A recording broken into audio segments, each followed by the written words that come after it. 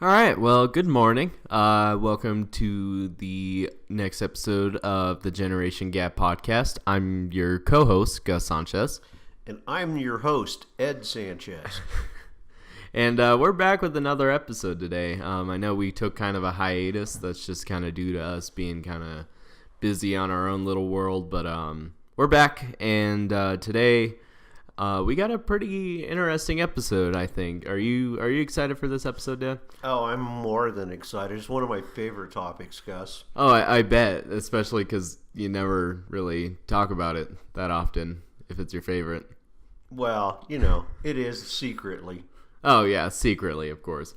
But yeah, so today we're going to be talking about the topic of journalism. We're going to kind of hit it from two different perspectives in terms of how it's viewed now, or as well as how it's been viewed just kind of overall, not just so much in like the past 2 or 3 years, but kind of just as a general existence, I guess. I mean, I'll probably argue the existence part, since I don't know if my dad can recall journalism in the 1700s, like the Gutenberg press. I probably can't, Gus, but I'm going to open with one of my favorite jokes that just came about today. All right, go for it. So for our audience out there, it's kind of allergy season out here in the Southwest, and I'm kind of suffering for it. And not to sound gross, my nose is kind of plugged up and stuff. So we're getting ready to do this, and I tell my lovely wife, or I ask my lovely wife, Shauna, I say, "Hey, Shauna, how's my voice sound?" And I go, "Test 1, 2, 3," and she responds with a very annoying. That's great, ain't it? Bazinga. Wow. I feel enthralled. As you should. As I should, yes. So, kind of as just like a general idea of journalism, mainly what we're going to be kind of talking about is, I guess, just publications and kind of overall ideas of news. And I guess just presuming content from journalist perspective. Now, I wouldn't consider myself a journalist by any means. However, I have been taking writing as well as journalism courses that my high school offers for me, and I guess it's kind of insightful just due to the fact that it's it's taking a class during the age of something.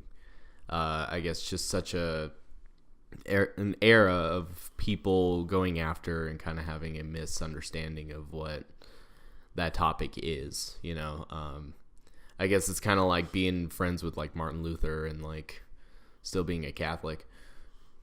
Yeah. Yeah, I know you probably don't get that. That's pretty interesting. Good old Martin Luther. I know, yeah. You know what's kind of funny though, Gus, is for the most part, there's been some Martin Luthers that are pretty famous. Right. If you're not a history buff, I'd offer that some people might be thinking, "Oh, he must be talking about Martin Luther King." Yeah, obviously shit. You're not, or they might be saying, "Martin Luther, isn't he like a comedian?" Oh no, that's Martin Lawrence. I'm sorry. But go ahead, continue on, guys. No, I think I'll chime in if I might. Oh, you know what? Go for it. Yeah, because I pretty much fucked up. Yeah, you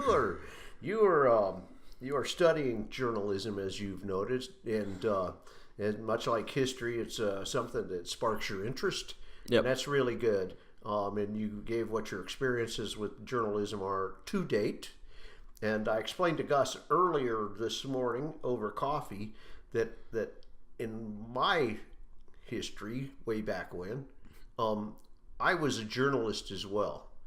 And when I told him that, he looked at me like, "Yeah, sure, yeah." And but since I like to talk about me, I offer to our audience that when I look up journalist in the dictionary, it talks about people who write the news and people who produce the news and people who distribute the news.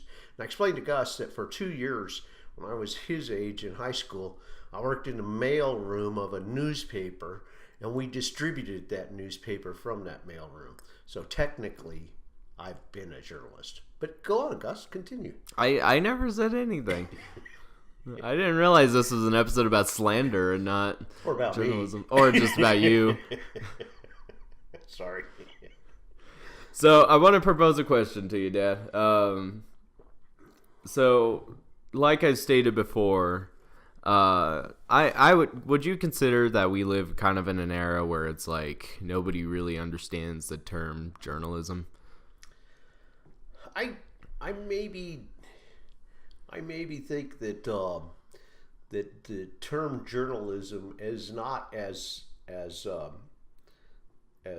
pinpointed as it used to be, or siloed, if you would. I think that it's very broad now. I think that in today's terms, if I got on and gave the weather, I might be considered a journalist if I did that on this podcast. Yeah. Technically. And so I think it's very broad. I'm interested to hear what you think about that as well. To an extent, I kind of agree with that. More so, I believe that I think it's just kind of a fault of like both like a workplace, not a workplace, kind of just like an organization, as well as like just consumers kind of have a very different understanding of what a journalist does or what a journalist is, I think it's kind of just an era of people kind of spewing shit out of their mouth and calling themselves a journalist so they don't get sued. Yeah, I'm with you there, Gus. I think that I heard something just recently when they were talking about the talking heads on cable news networks giving their opinions. And those people, I think, in today's world are considered to be journalists. I think about some of the anchors. Think about some of the anchors I see, and I think, okay, on my left hand over here, yesteryear, we had like a Walter Cronkite. Right. And on my other hand, and today, we have a Chris Cuomo. And talk about a talking head. Holy cow. What a difference between a guy who could actually put the news on the table and understand the news and a paid whore. So, yeah, that's my view, Gus. So yeah, I completely agree. And I feel like there is a level of people that you say like a talking head or like an anchor that generally are or can be journalists. However, for at least to me, I think people who work on like I'm not gonna mention any names, so I'm gonna just use a fake news network like Fox News or some shitty place like that. Okay. To an extent, I think people who kind of sit around and there's a level of like commentary rather than actual providing any information. I feel like that's more of commentary rather than any real journalistic values. It's almost 24-hour commentary now. Yeah, that's all it is. I'm with you. And some of my favorite news organizations, over the years, I got to tell you, of course, I spent a lot of time in a vehicle. Right. And over the years, one of my faves has been NPR News. And, yeah. And some things that come to note when I was writing down some notes this morning on this. It just baffles me how the last election changed some news. Journalists as a whole. Everything's so biased now. Yeah. Whether it's right or left, with nothing in the middle, giving us some news. Right. I got to thinking about, okay, yesterday versus today kind of thing, Gus, and I'd say this for your generation, man, it's instant news. It's instant news, and it's real time. Mm-hmm. And in yesteryear, it wasn't real time. We had news on television at 5 o'clock and 10 o'clock. Yeah. 5 p.m. and 10 p.m. and then of course first thing in the morning. And we had newspapers. One thing newspapers did do back in the day was they typically had two editions. They would have an early morning edition and they would have an evening edition, and that was it. And now it's like just turn on the TV and say news, and you get this huge list of stuff that comes up. So Yeah. what a difference that is in between yesterday and today. And the other thing is that I noted is bias, Gus. I Right. think the bias is just incredible. What's your thought yesterday and today? I personally think that there is a level of not only like a certain level of bias, but I think that also kind of comes from the fact that we do have a 24-hour news cycle. Whenever I think about, I mean, it's not right by any means, but whenever I think about 24-hour news cycles and like the rise of them and like the rise of like biased news networks, I always think back to the wonderful sequel to one of my favorite movies, Anchorman 2. The legend continues. I love it. It is not as great as Anchorman 1, however, but what I do love about it is its commentary on news cycles, because one of the major plot points in that movie is Ron Burgundy and his team joining a 24-hour news cycle.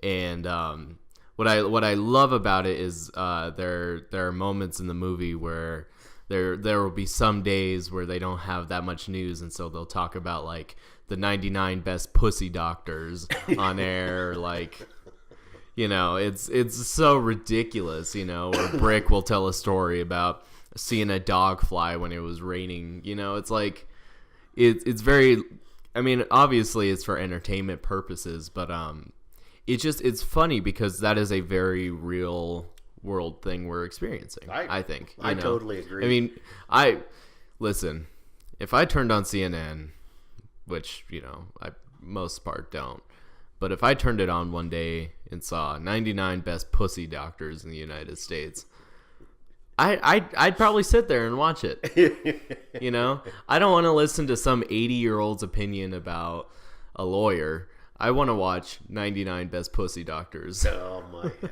You know, I'd offer this is that when I think about how they fill television time with panels.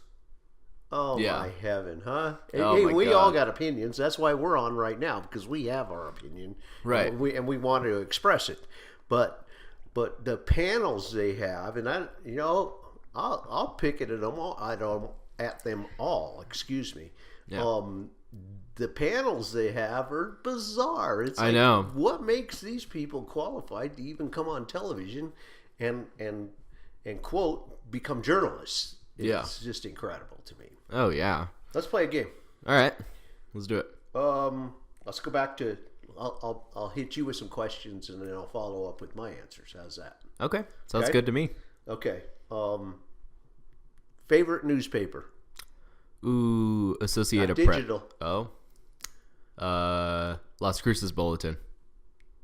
No. Favorite newspaper? Yeah, Okay. because not only do I mean, Bulletin Because tends you're to. in it. You're always in it. Oh well, no, not that, but like generally speaking, there's so much content in the Las Cruces Bulletin that you get a lot out of it. Okay.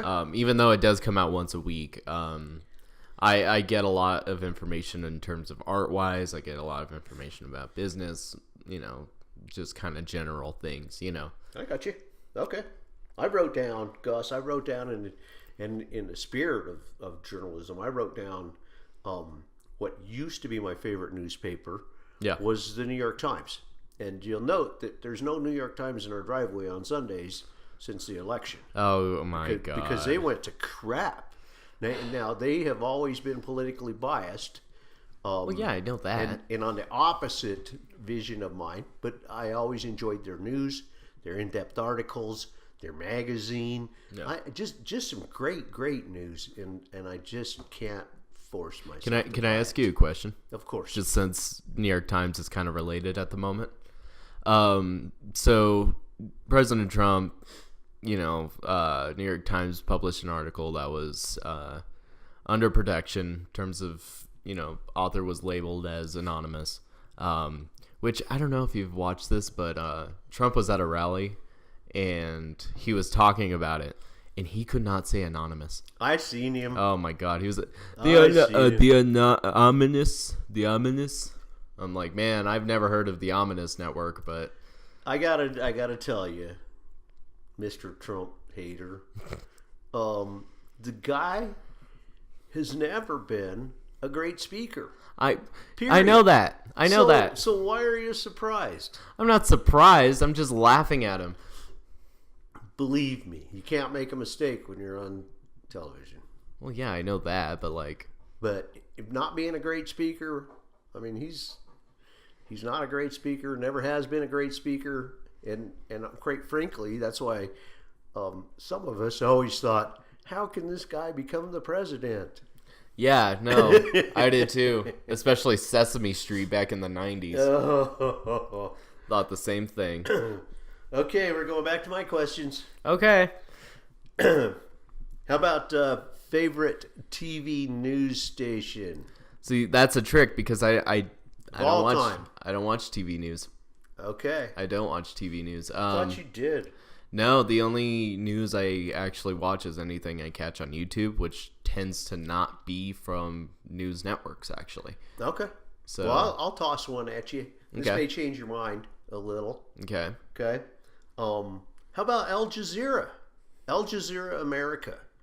You remember Al Jazeera America? Yeah, I remember Al Jazeera. You know, it's so upsetting to me that they get busted for fake news, which it was, Right.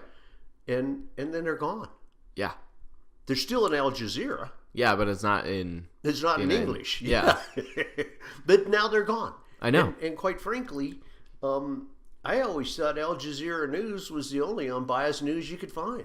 Yeah, I thought so too. So, And, you know, there's a part of me that really believes that there's a reason why it's not back here in the good old US of A. I know. Yeah. I know why. Yeah. I think there's a reason why we're so willing to throw them to the dirt, but not anybody else. Yeah, of course. You know. Of course. I'm on board. I don't think anything even needs to be said about that, because that could be a whole different show. Oh yeah. No, I agree. So Okay. And this one may be tough for you, but maybe not. okay. How about best radio news show? Best radio news show. Ooh, that's kind of tough actually, because I don't even do that. Personally, the only news show that I've ever listened to would probably be NPR, and that's against my will. Stuck in the car with old people. Stuck in the car, yeah. No, I mean, truth be told, like I don't really listen to news. I guess for me, it's more about either I gotta read it or I gotta see it. Okay. You know, I mean, Sure. it's not something I can just turn on and have it play in the background. You know, I think I just got to be able to watch it. You know, because like if there's like a press conference, and let's take the one about ominous New York Times. You know, I don't want to. I mean, yes, I could just hear it, but I think for my own sake, I would much rather see it also. You know, see him actually like. Oh, it was an ominous New York Times post, you know. Or if I wanted to read about it, I want to be able to read the guy who tried to type out ominous that Trump basically said at that rally, you know. Oh, Gus. I'm just giving examples. Okay, well, I'm going to tell you, I thought about this one for a long time, because I'm telling you, I've been a commuter. Right. There's been some places we've lived that I've commuted lots and lots of miles per day, and I've also worked across broad areas for years. So radio and news go hand in hand with me. Whether it's been back in the day of AM. Yeah. You ever hear of AM radio? Yes, I have. Okay, FM. Or more recently, satellite radio that costs way too much, by the way. Yeah, it does. And but I like to be entertained. Yeah. Okay. Not only do I want the news, but I want to be entertained. And after thinking about this long and hard, I came up with Robin Quivers. You Okay. ever heard of Robin Quivers? I don't believe so. Robin Quivers does the news and is a co-anchor on the Howard Stern show. Oh. Definitely my favorite without a doubt, news that was show such a, of all time. Honestly, that lead up to that, I really thought you were gonna say some like garbage person like Alex Jones or someone. And I was all right, listen, Dad. No way. I don't. Listen here, goddamn piece of shit. There's a lot of conservative radio out there as well, and after a while, even being a conservative, I just can't listen. Oh yeah, especially Alex Jones. You know, I don't want to put chemicals in the water. I turned the friggin' frogs gay. Okay, let's talk about digital news. All right. You know digital news. Yes, I do, because I understand what digital means. Do you have a favorite go-to? You want to know what's happening in the world? I wake up in the morning, I want to know what's happening in the world. Right. And so, you know, I fire up NPR some of the time, and then I get up so early, I don't want to wake anybody up. And so what I do is instead of going to Google for my news, you know, I fire up a news. It's a news app that I have. Yeah. And I love this news app. It's a Microsoft News app. Are you familiar with that by chance? Yeah. I like it because when I set my app up, I said what I like. Yeah. I like world news. I like motocross news. I like, you know, I want to see the weather. And it all pops up. I have one button. I don't have to go looking to the Weather Channel. I don't have to go looking for world news. And it brings up it brings up the papers and whatnot that I like. Yeah. So that's my favorite part of modern journalism, is the fact that it's one-stop shopping. Push one button and it's what Ed likes. I don't have to read all the bunk in between. Yeah. So, but what's yours? I guess it kind of just depends. You know, for me, I don't mind so much going looking for news. I guess, you know, if I want something specific, let's say like I want news about like Broadway or something, I'll typically go to like Broadway World. But generally speaking, if I want just like a general news, there's two places I go. I go to CBS, which to me is more, it's not entirely reliable because it's still, in a sense, is kind of a talk show. However, I do like the way they present the news. I do like the way they talk about it, and then they instate their opinions. It's more of like, get your content first, and then here are our opinions. And that's what I like about CBS. That's cool, as opposed to just opinions. Right, yeah. It's just like, oh, this is coming in. What a piece of shit. You know, like, not that, you know. Fresh off the press. Right.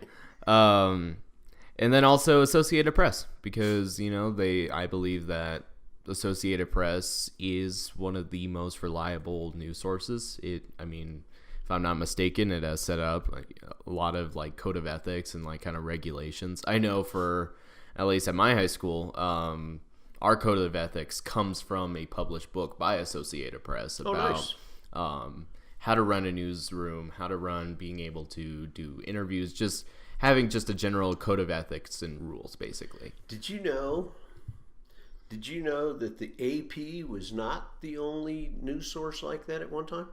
Well, yeah, I'd imagine. Did you ever hear of the UP? Yeah. No. Okay. No? Yeah. There was if you United Press? Yeah. If you read a newspaper... Yeah. I know United Press. And they're not around anymore. Right. It is AP only. And if you read a newspaper, the way a lot of things worked is a newspaper back in the day would have an AP articles and UP articles. Right. And they were unbiased. Yep. And they would just post all these articles out there. Okay? Yeah.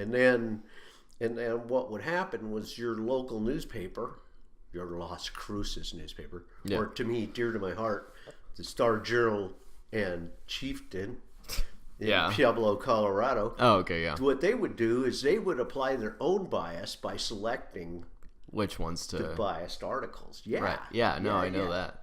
So yeah, and that's what I love about Associated Press, because I don't think a single hour can go by where like 10 news articles won't be posted by Associated Press. And, you know, I mean, Because what I tend to get it a lot from like social media. I get it from like Facebook. I get it from Twitter. Sure. And it's directly from them too. And what I love about them is that if they make a mistake, they do not waste a second to tell people that they made a mistake and that they'll redo it. Oh, that's cool. That's cool. And not only that, but I mean, this tends to happen with a lot of news networks, is that if news networks make a mistake, and if they ever, are like, oh, we made a mistake, which is rare in a blue moon,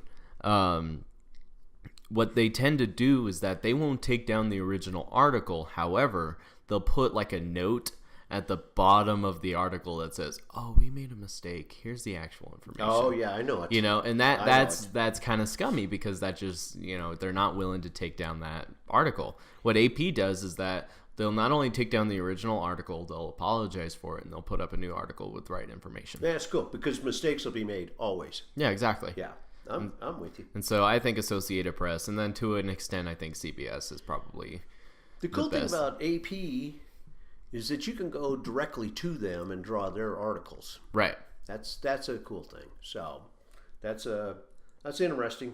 Okay. I think the only thing I have left in my notes, Gus, is that and I've never read this anywhere before, but this is a statement I read. It says the fourth branch of government is the press. Have you ever heard that? I have not. And that's kind of interesting, because I would venture to say that was probably written sometime back. I would imagine, yeah. Because government's a joke enough, and now the press is right along with it. Maybe it is actually the fourth branch. I don't know. Yeah. What else, Gus? Anything else on journalism? I there's one thing I kind of want to ask you before we close out. I mean, for the most part, their journalism obviously has its downs and its ups. Like we've been talking, for the most part, a lot of it's downs. There's nothing wrong. It's just kind of poking at general things. But I think I wanted to ask you, do you have a moment of journalism integrity that you think is not only vital to what has happened in the last, like, however number of years the U.S. has existed, or do you have like a moment that you just absolutely despise the media for? Like, I'm kind of curious as to if you have either or maybe even both. If you have one that's like, oh, I disregard the press for that, it's like, oh, but I support the press for that. To say an exact moment, this will probably come to me later. Yeah. But right at the moment, I don't, Gus. To pinpoint a moment, I'd say no. Okay. I will say that the most discouraging thing to me in the modern press is the acceptance of fake news. Yeah. I think that and maybe as a younger person, I was blind to fake news. But once it's exposed as fake news, it all seems like fake news. Yeah. Whether it's an individual, whether it's a company like CNN, or a newspaper. Once you see it, and it's not brought to the attention of the public, like you were talking about AP when they make an error. Yeah. It just blows the whole thing out of the water. Yeah. So to me,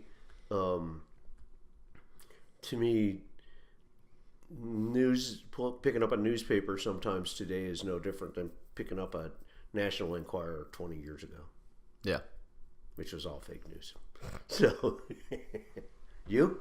I have two that I'm very much kind of look at with a certain view that I really support what the press does. I've never, because to me, I'm on the fence with you that fake news is kind of just a very real topic that we kind of still deal with. But I think to me, I don't focus so much on what is fake. You know, I mean, if I come across something that I'm like, all right, that's just not legitimate. You know, like anything about like, you know, an Enquirer and like the Walmart, you know, shopping lines. Like I'm like, all right, whatever. You know, Like The Onion. well, no, The Onion is just made to make me laugh, you know? I know. That's the thing. It's like, fun. oh, yeah. I mean, I'm telling you, one of my favorite things, like, if I'm ever having a bad day, I'll look up the Onion article that's like, it says something like, oh, Amazon has a new service where they'll just come right to your door and kill you. I love reading that article because it is funny as all hell. But, I think, you know, there's two moments of journalism integrity that I think, at least to me, really supports journalism and, you know, the idea of like publication and news. And kind of what keeps me just in tide of like what is coming next, you know. The first one, and if you know me personally, you'll know I'll talk about this all day, is, you know, Spotlight from the Boston Globe. I think the work that team did against the Catholic Church back in the early 2000s is just incredible.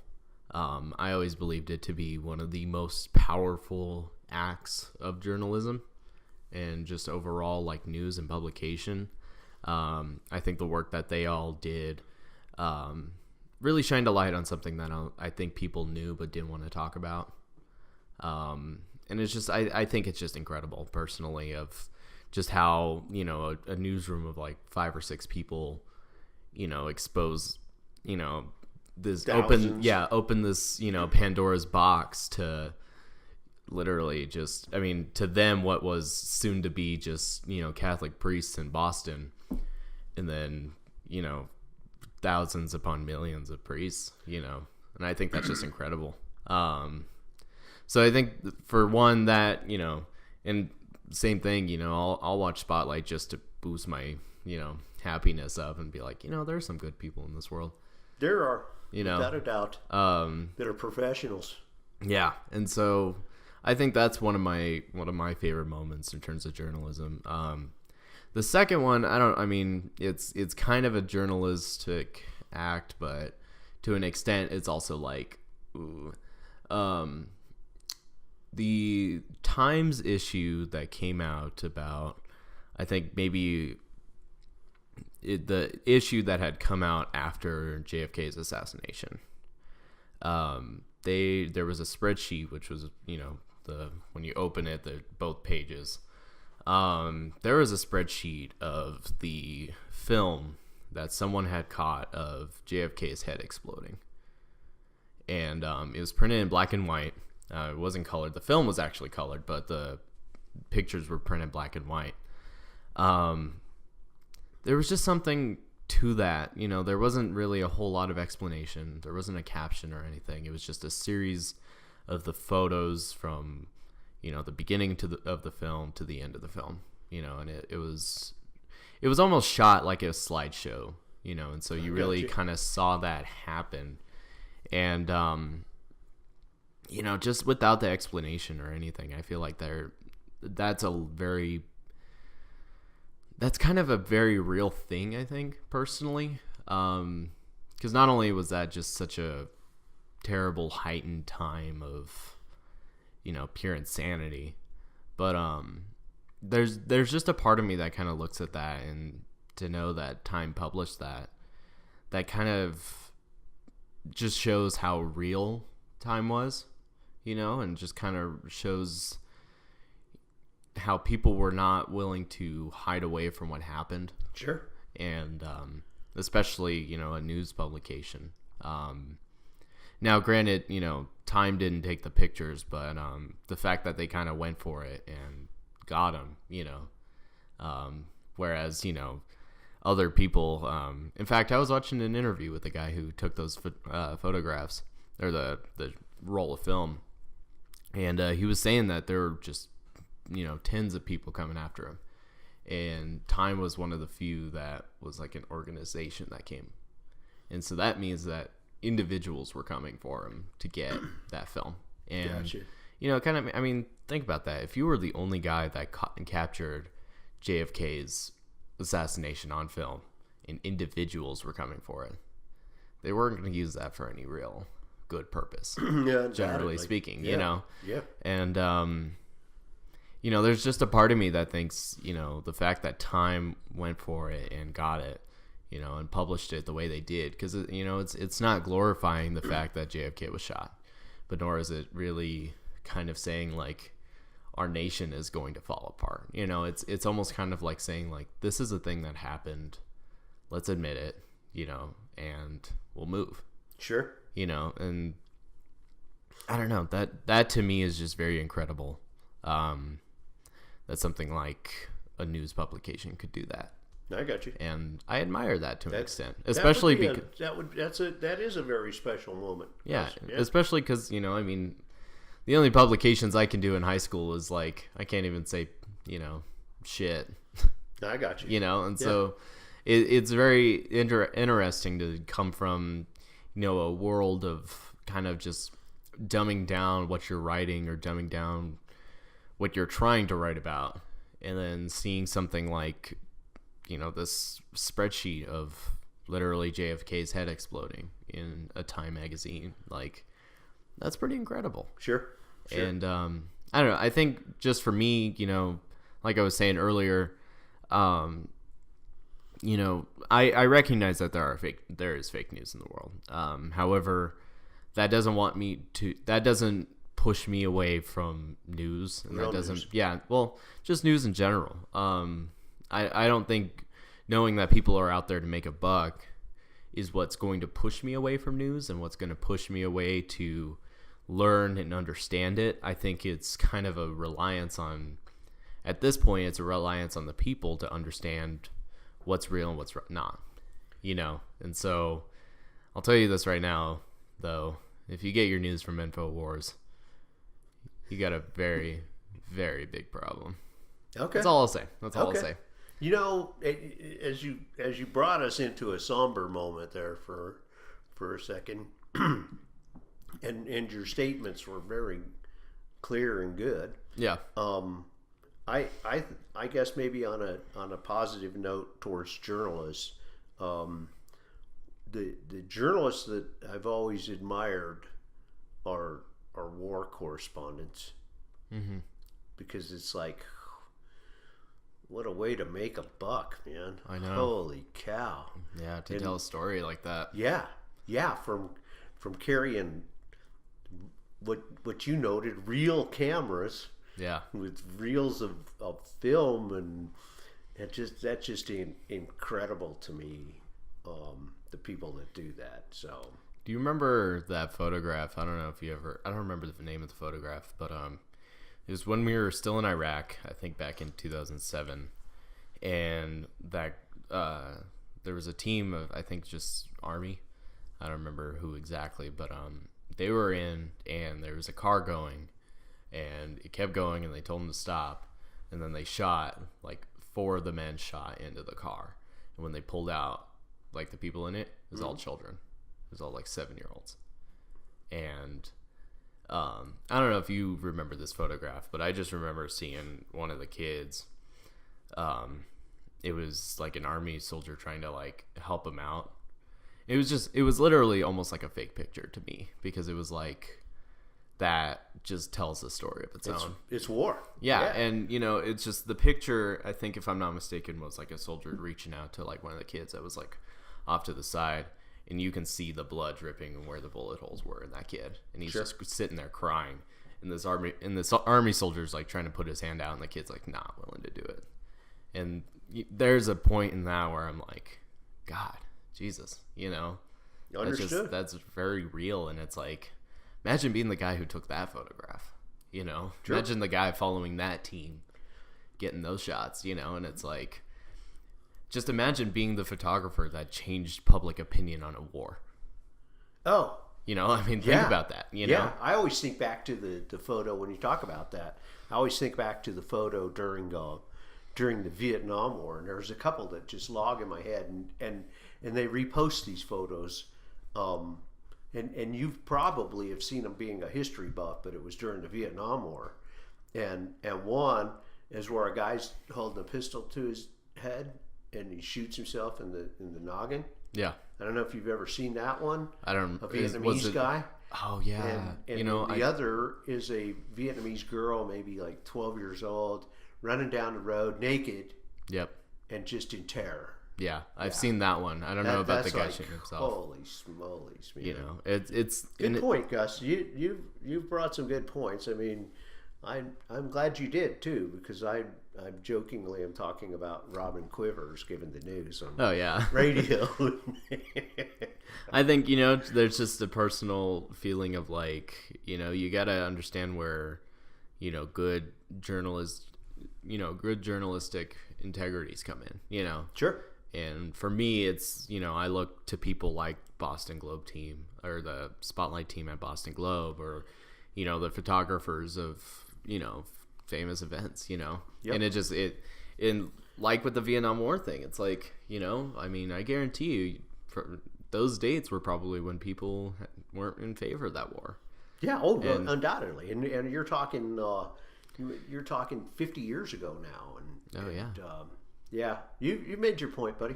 Yeah. We ready to wrap this thing up? I think so, yeah. What are we talking about next week? You know, I know we talked about it. But, here, let me toss it out there. Yeah. This is we get, and folks, by the way, we get some ideas from some of our audience, and which includes family members. I always listen to family members, but this one came from your sister, Gus. Not your sister, Gus. Yeah. Your sister, Cicely. Yeah, my sister, Gus. Yeah, thank you. See, you are a journalist. Anyway, she was interested in the differences of what we do and did for fun as kids. Yeah. And that is a huge difference, partially based on the world generation gaps. Oh yeah, sorry, I totally forgot that's what our show is called. and partially, you know, based on how we were raised, where we were raised. Yep. And so, if you agreed to that, we'll prep for that. I think we're good for that. Hopefully, we can get something published next week. Yep. And we're back in the saddle. All right. Well, thank you for joining us on the Generation Gap podcast. This was another grandiose episode. Tune in next week when we talk about the enjoyment of having, hold on, what am I trying to say? We filmed these really early. Oh yeah, when we talk about the differences between, you know, having fun and pure enjoyment between the generations, you know, like I said, this whole show is based around the 45-year difference between my dad and I, and it's very insightful to learn about both ends of the spectrum. So thank you again for tuning in, and we'll see you all next week.